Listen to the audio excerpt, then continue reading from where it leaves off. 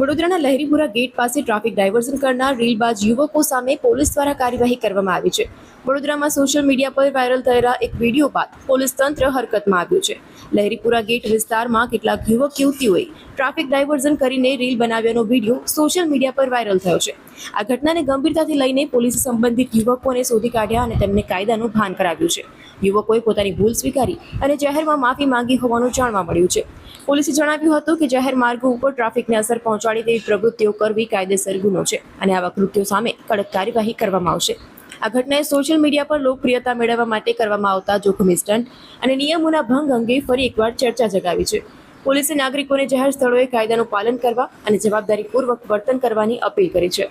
અમે લોકો 28/6/2026 રોજ સિટીમાં ફરવા નીકળેલા ત્યારે લહેરીપુરા ગેટની નીચે ફોટોશૂટ કરાવ્યો ત્યારે માંડવી તરફથી આવતા ટ્રાફિકને યુગે ઇશારા કરીને ડ્રાઇવર્ટ કરેલું. એની અમે 4 જણાથી માફી માંગીએ છીએ અને શર્મિંદા છીએ કે આવી વસ્તુ અમે ભવિષ્યમાં કોઈ નહીં થાય એની બાંહેધરી આપીએ છીએ અને લોકોને અપીલ છે કે આવું કૃત્ય તમારે જાહેરમાં કરવું નહીં ને કાયદાનું માન સન્માન જાળવવું. સોરી.